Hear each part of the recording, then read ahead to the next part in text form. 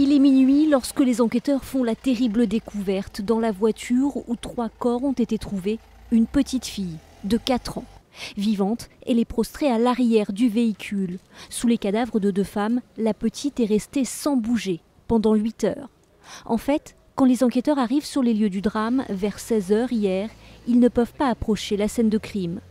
Ils doivent attendre les techniciens de l'Institut de recherche criminelle de la Gendarmerie nationale, l'IRCGN, qui ne se déplacent que pour les grosses affaires. Ce sont eux qui doivent explorer la scène. Une fois que les techniciens en investigation criminelle sont arrivés, que l'IRCGN est arrivé, que les premières mesures techniques ont été effectuées, on a pu à ce moment-là ouvrir le véhicule et c'est à ce moment-là qu'on a découvert une toute petite fille, environ 4 ans, que personne n'avait vue parce que depuis 4 heures de l'après-midi, elle ne bougeait pas, sans doute terrorisée, complètement dissimulée, complètement immobile, au milieu des corps.